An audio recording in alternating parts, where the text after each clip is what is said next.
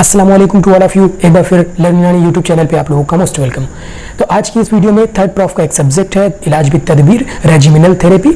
उसके बारे में हम लोग आज पूरी बात करेंगे कि इसके लिए कौन सी किताब पढ़नी चाहिए और कैसे पढ़ना चाहिए, कैसे नोट्स बनाना चाहिए ताकि हम एग्जाम भी पास कर सके और आने वाले फ्यूचर में जब आप प्रैक्टिस करेंगे तो कैसे उन चीज़ों का इस्तेमाल कर सकते हैं जो आपने पहले अच्छे तरीके से पढ़ा है। तो इन्हीं तमाम मौजू पे आज हम लोग बात करेंगे। तो आइए शुरू करते हैं आज की video. Press the bell icon on the YouTube app and never miss another update. तो सबसे पहले हम लोग बात करेंगे कि अगर आपको पढ़ाई करनी है अच्छे तरीके से तो आपके पास सिलेबस की हार्ड कॉपी ज़रूर हो। पीडीएफ तो मैंने टेलीग्राम चैनल में भेज दिया है, उसे आप प्रिंट आउट कर रख लें, आपको पढ़ने में उससे हेल्प होगी। अगर फर्स्ट ईयर और सेकेंड ईयर के स्टूडेंट ये वीडियो देख रहे हैं तो वो लोग भी इस बात का ख्याल रखें, तो वो लोग भी इस पीडीएफ को प्रिंट आउट कर अपने पास रखें। तो इस तरीके का पीडीएफ है, पूरा फर्स्ट टू फाइनल प्राप्त तक इसमें मिलेगा आपको सारा डिटेल, क्या क्या चीज़ें, क्या क्या टॉपिक पढ़ना चाहिए। तो आज हम लोग बात करेंगे आईबीटी के बारे में, रेजिमिनल थेरेपी। तो ये देखिए, ये उसका सिलेबस है पूरा। तो इसमें सबसे पहले बहुत सारी चीज़ें आपको पढ़ना पड़ता है, इसमें अलग अलग पोर्शन है। मेन इसमें 3 चीज़ें हैं। सबसे पहले रेजिमिनल थेरेपी का पोर्शन, ठीक है, जिसमें टॉपिक है आपके लीच थेरेपी, हिजामा, कपिंग, फसद और तारीख, हम्माम और ये तमाम चीज़ें बहुत सारे इसमें हैं, 15-20। तो इनके बारे में आप पढ़ते हैं। उसके बाद दूसरा यूनिट है, कह सकते हैं आप, तो फिजियोथेरेपी का, एक्सरसाइज वगैरह का। तो उसमें भी किन बीमारियों में कैसे एक्सरसाइज करना चाहिए उसके बारे में आपको पढ़ना पड़ता है। आज भी तदबीर में जो टॉपिक्स दिए हुए हैं वो पढ़ना पड़ता है आपको। उसके बाद उसका दूसरा पोर्शन है फिजियोथेरेपी का, कि किस बीमारी में कैसे एक्सरसाइज करते हैं, तो उन चीज़ों का पहले उसको पढ़ना पड़ेगा आपको। फिर तीसरा आता है कि डाइटोथेरेपी, ग़िज़ा वगैरह। तो ओवरऑल 3 मेन चीज़ें, और भी तमाम चीज़ें हैं लेकिन मेन 3 पिलर हैं ये पूरे। तो फिजियोथेरेपी, डाइटोथेरेपी और उसमें जो मेन इलाज भी तदबीर यूनानी कॉन्सेप्ट जो पोर्शन है वो चीज़, तो इन्हीं तीनों को आपको लेके पढ़ना पड़ेगा। तो अब हम लोग बात कर ले बुक्स की। तो सबसे पहले बुक जो सभी स्टूडेंट के पास होनी चाहिए, फर्स्ट टू फाइनल प्रॉफ तक काम देती है, उसूल तिब। तो इसमें बाकायदा रेजिमिनल थेरेपी आपका 450 नंबर पेज से लेके 515 तक पूरा दिया हुआ है। तो ये बुक हमेशा काम देती है, जिसके पास नहीं है वो खरीद ले, उसूल तिब। तो फर्स्ट टू फाइनल प्रॉफ तक काम देगी, पीजी में भी ये बुक काम देती है, तो इसे ज़रूर ले लें। तो इसमें से भी आप इलाज बित तदबीर पढ़ सकते हैं। तो दूसरी बुक की बात करें तो वो है डॉक्टर जमाल अख्तर साहब की। तो ये पीडीएफ का प्रिंट आउट है, तो मैंने इसकी पीडीएफ टेलीग्राम चैनल में अपलोड कर दी है, आप लोग वहाँ से जाकर डाउनलोड कर सकते हैं। और इसमें बहुत ही अच्छा दिया हुआ है, बहुत ही बेहतर तरीके से हर वो तमाम मौजू पे इन्होंने बात किया। इसमें इस तरीके का फ़ॉन्ट है, बहुत अच्छी बुक है, तो तमाम टॉपिक आप इसमें पढ़ सकते हैं। और तीसरी बुक की बात करें तो वो इंग्लिश में है। जो लोग उर्दू अच्छे से नहीं पढ़ पाते, समझ नहीं पाते, तो इंग्लिश में पढ़ सकते हैं, कॉन्सेप्ट को समझ सकते हैं और ज़्यादा बेहतर हो कि आप उर्दू सीखें। तो वो तीसरी बुक है डॉक्टर इजहारुल हसन साहब की, ठीक है। तो इसमें तमाम चीज़ें इंग्लिश में दी हुई हैं, सब वो चीज़ें, ठीक है, फिगर के साथ। ये हिजामा का पोर्शन है, उसके बाद ये तमाम चीज़ें इसमें लिखी हुई हैं टोटल इंग्लिश में। तो ये बुक भी अच्छी है उन लोगों के लिए जिनकी उर्दू उतनी अच्छी नहीं है, तो वो भी पढ़ सकते हैं इस बुक को। तो ओवरऑल 3 बुक मैंने आपको बताया। एक चौथी बुक है फिजियोथेरेपी की, एम देना गार्डिनर की। तो इस बुक में जो इमेज है एक्सरसाइज के वो स्टिक इमेज है।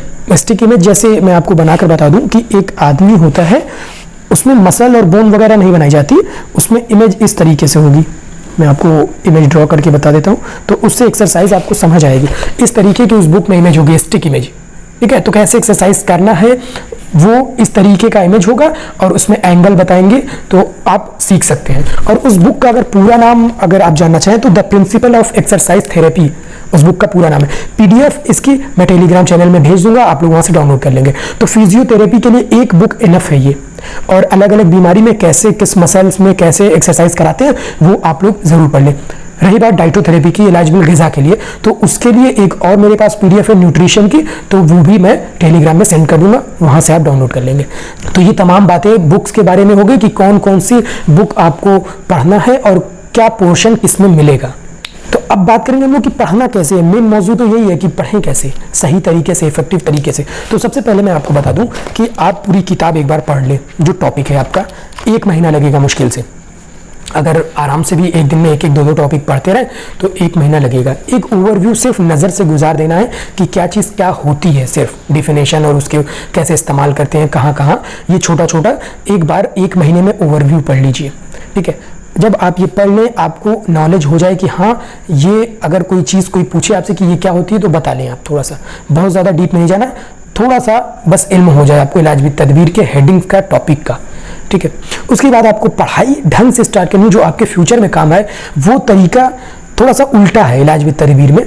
आप इसको सीधा पढ़ेंगे तो कभी याद नहीं होगा।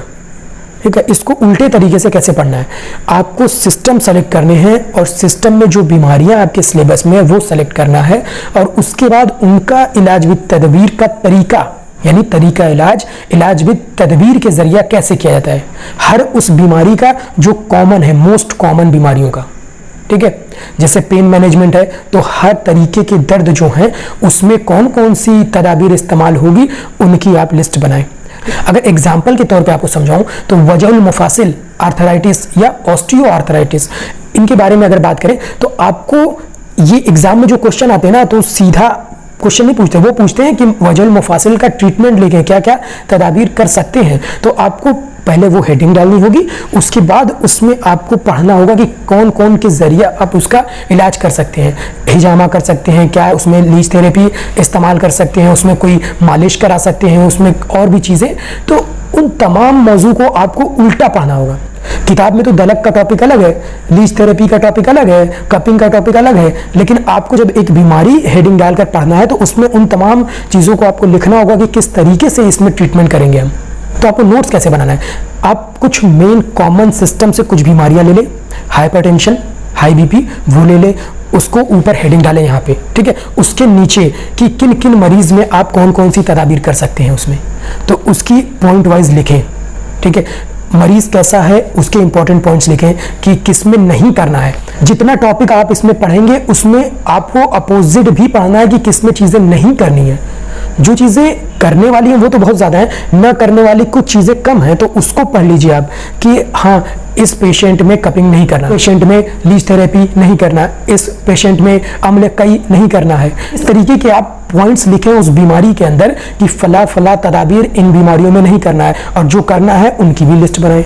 तो मैंने आपको 2 बातें बताई, पहला कि पूरी बुक का ओवरव्यू करिए, दूसरा कि सिस्टम वाइज बीमारियां कुछ कॉमन सेलेक्ट कीजिए जो आपके सिलेबस में हो और उनको लिखते हुए उसमें बनाइए कि क्या क्या आप तदाबीर करते हैं और कैसे करते हैं उस बीमारी को ठीक करने के लिए। हर एक बीमारी का बनाइए जो आगे फ्यूचर में आपके काम दे सके। ठीक है, उसके बाद उसमें क्या नहीं करना है उन इंपॉर्टेंट पॉइंट्स को लिखिए, रेड पेन से लिखिए कि हाँ ये नहीं करना है, इसमें ये ममनू है, मना है, नहीं कर सकते। तो आपको हर बीमारी का ट्रीटमेंट पता हो जाएगा इलाज विद तदबीर के नज़रिए से। ठीक है, और इसके 2 पहलू हैं, एक आप पढ़कर एग्जाम पास करते हैं, दूसरा कि आप जब प्रैक्टिस करेंगे तो उसको कैसे इस्तेमाल करेंगे। तो जब आप इस तरीके से पढ़ेंगे तो आपके दिमाग में ये फिट रहेगा कि इस बीमारी में ये तदाबीर इख्तियार करनी है और ऐसे करनी है। और रही बात पढ़ के तो आप एग्ज़ाम पास कर लेंगे, लेकिन इसमें प्रैक्टिस बहुत ज़रूरी होती है। जब आप क्लिनिक या हॉस्पिटल करेंगे और आप इन तदाबीर को अंजाम देंगे तो उसमें आपको पहले सीखना पड़ता है कि कैसे करेंगे। आपको थ्योरेटिकल नॉलेज तो है, आपने पढ़ लिया है, लेकिन आपको प्रैक्टिकल नॉलेज नहीं है। तो ये आप अपने सीनियर से सीखते हैं, अपने प्रोफेसर से, अपने टीचर जो तमाम लोग सिखाते हैं उनसे सीखते हैं। आप थ्योरी पढ़ लिए कि हाँ भाई जोक यहाँ लगाना है, फसद इस जगह करनी है, लेकिन कभी आपने जब किया ही नहीं वो चीज़ों को तो वो बड़ा मुश्किल का दौर होता है। तो उसमें सीखना पड़ता है कि कहाँ फसद लगाना है। अब किताब तो पढ़ लेंगे, एग्जाम भी पास कर लेंगे, लेकिन दूसरा पहलू है सीखने की चीज़ कि कैसे करेंगे वो तमाम प्रोसीजर के बारे में। तो वो चीज़ आप अपने टीचर, प्रोफेसर, जहाँ भी जाना चाहें, हॉस्पिटल में सीखना चाहें, अपने सीनियर के साथ वहाँ सीख सकते हैं। तो ये भी एक बहुत चैलेंजिंग काम है इस चीज़ को सीखना, लेकिन जब आप अच्छे तरीके से पढ़े होंगे तो तमाम चीज़ें आसान हो जाएंगी। सिर्फ आपको अप्लाई करना है। अगर आप नहीं पढ़े हैं, सोचते हैं कि इलाज विद तदबीर हम जाके सीख लेंगे बस प्रोफेसर से, टीचर से, तो वहाँ कॉन्सेप्ट क्लियर नहीं होगा, आपको पता ही नहीं होगा कि इस बीमारी में क्या करना है, तो आप करेंगे कैसे। तो बहुत ही बेहतरीन सब्जेक्ट है, बस पढ़ने का तरीका आपको पता होना चाहिए। तो मैंने आपको बता दिया बुक पढ़ने का, कैसे नोट्स बनाना है, किस तरीके से पढ़ना है। आई होप कि आप लोगों को कोई कंफ्यूजन नहीं होगा। जो मैं बातें बता रहा हूँ एकदम सिंपल वे है। एक एक बीमारी की तदाबीर पढ़िए आपकी, कैसे क्या करना है उस बीमारी में, एक बार सीधा पढ़ लीजिए, दोबारा उसको अपोजिट डायरेक्शन में पढ़िए। देखिए पेपर भी जब आप पढ़े होंगे तो बहुत आसान होंगे। सिंपल सा फंडा है, जो चीज़ आपको पता है वो आसान है, जो चीज़ नहीं पता वो बहुत मुश्किल है। तो ज़्यादा से ज़्यादा कोशिश कीजिए, उस चीज़ से ताल्लुक़ कायम करिए, पढ़िए उसको, तो एग्ज़ाम में तमाम चीज़ें आसान हो जाएंगी।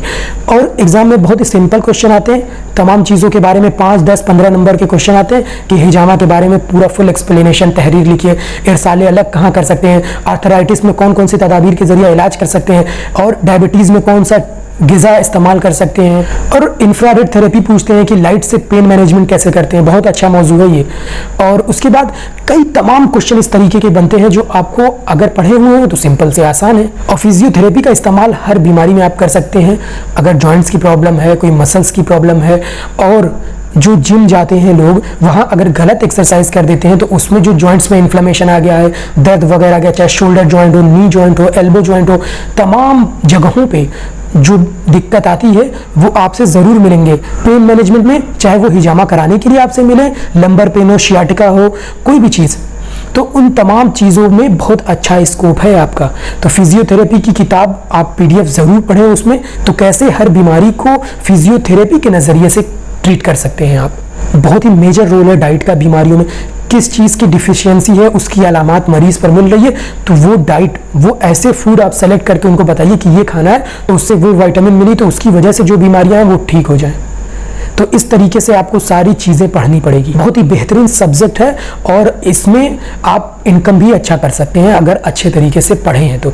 इसका पूरा आप सेटअप डाल सकते हैं फ्यूचर में आगे, पूरा यूनानी हॉस्पिटल जिसमें स्टीम बाथ हो सकता है, दूसरे में आपका एक कंपार्टमेंट हो जहाँ पे तमाम तरीके की आप लीच जोक वगैरह रखे हो, वहाँ कर रहे हो ट्रीटमेंट।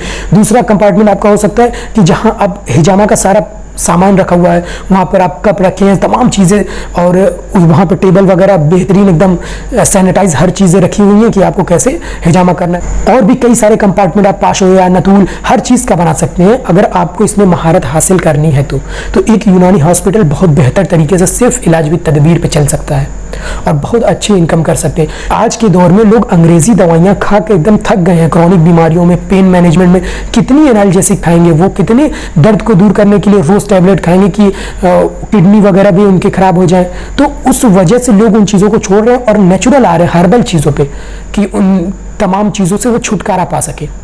तो इन्हीं चीज़ को अगर आप अच्छे से पढ़ लें और सीख लें तो बहुत अच्छा स्कोप है इस सब्जेक्ट से। सिर्फ एक पूरा सब्जेक्ट एक हॉस्पिटल बना सकता है आपका। तो मैंने तरीका बताया आपको, बीमारी के हिसाब से पढ़िए।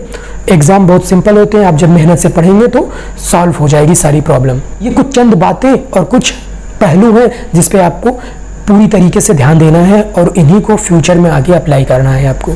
तो आई होप कि मेरी बताई हुई बातें आपको समझ आई होंगी और थोड़ी बहुत हेल्पफुल भी होंगी। तो कमेंट करके ज़रूर बताइएगा कि आपको ये वीडियो कैसी लगी। अगर आप चैनल पे नए हैं तो चैनल को सब्सक्राइब कीजिए और बेल आइकन ज़रूर प्रेस कीजिए ताकि फ्यूचर में जो भी वीडियोज़ आए उनकी नोटिफिकेशन आपको ज़रूर मिले, एक भी वीडियो आपकी मिस ना होने पाए।